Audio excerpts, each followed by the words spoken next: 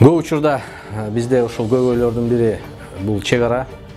Чек аранын жанында жайгашкан аймактар ушул Россияга, Казакстанга, болбосо Ошко, Бишкекке, ушул алыскы тоолуу райондордон, чек аранын жанында жайгашкан райондордон элдерибиз көчүп кетип атат. Чек аранын жанында үйлөр бош калып, анан башка мамлекеттин жарандары сатып алып атат деген маалыматты баарыбыз эле угуп жүрөбүз.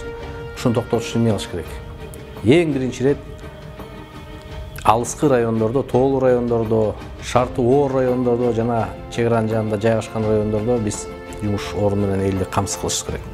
Ошондо гана элди ошо элетте кармап калганга мүмкүнчүлүк болот. Өзгөчө борборлордон жеңилдетилген шарт болгондо гана ишкерлер ошол жерге барып жаңы ишкана ачат.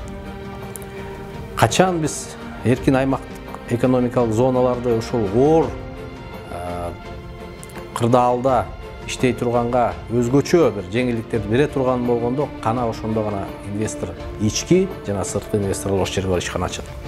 Анткени өзүңөр түшүнүп турасыңар, мисалы Бишкектен бир 400-500 чакырым алыстыкта жайгашкан ишкананы иштетиштер оңой эмес. Бишкектен ошол жерге сырьёну алып барыш керек, ошол жерге кээ бирде бир адистер көчүп барыш керек. Ошол себептен мындай экономикалык жагынан бир кызыктырыш керек, ошондо гана ишканалар ачылат. Ал жагынан дагы мен ойлойм, биз кандай кылышты билебиз. Бул маселени оң жагына чечкенге бардык биздин билим да, тажрыйба да жетиштүү.